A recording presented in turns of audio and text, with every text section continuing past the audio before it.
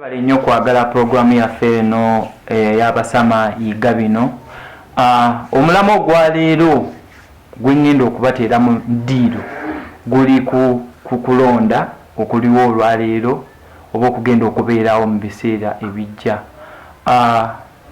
Tugenda kubeera nga tulonda omukulembeze ow'ekyaddondo era mbadde mbasaba bannange okulonda okwo kubeere kwa mirembe, kuleme kubeeramu ntalo kuba abantu abasinga bagezaako nnyo okubeera nga ebyokulonda babiteekamu entalo. Oba tetwetaaga ntalo, kyetwetaaga twagala tulonde omuntu agenda okurepresentinga Kyaddondo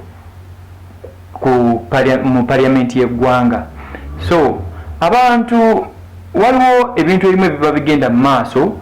Tulina omuntu gwe twagenda ne tusindika mu parliament naye ate essaawa eno ali kuyogerako mumanyi kanti nti yagenda n'afuna chance abantu ne bamulonda bamuyiira akalulu bambi n'agenda mu parliament.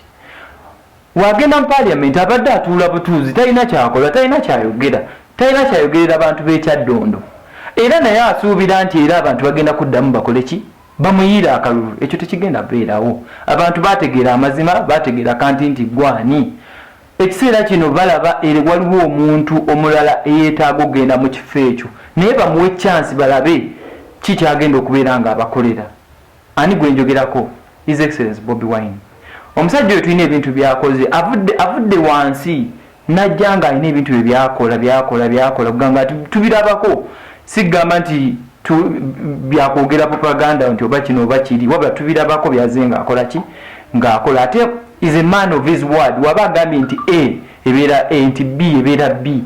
Kitegeeza nti waba ageze mu parliament eyo agenda ginyeenya, agenda kwogerera abantu b'Ekyaddondo.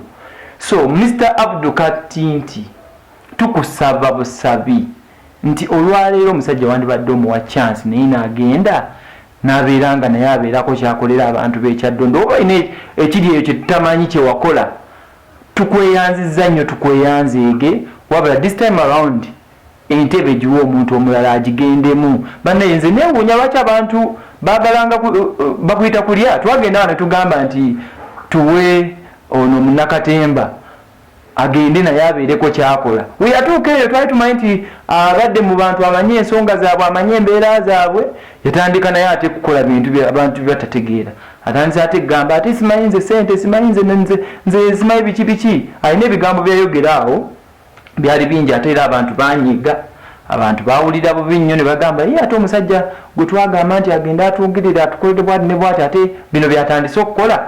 Bannange mbanga oba oli eyo ng'olina oyagala mu butuufu kubeera ng'ofuuka omukulembeze obeera kyakulabirako eri abantu. Olina ebintu byolina okulaga abantu. Nalabye ku gatali konfofu nti wabadde ovaawo, simanyi oyasanku, simanyi oyoza bintu, okuuta amaseppiki. Tebakutumako togenda tulaga example yakwoza bintu kuba mu parliament tewaliyo kwoza bintu, tewaliyo kwasa nku.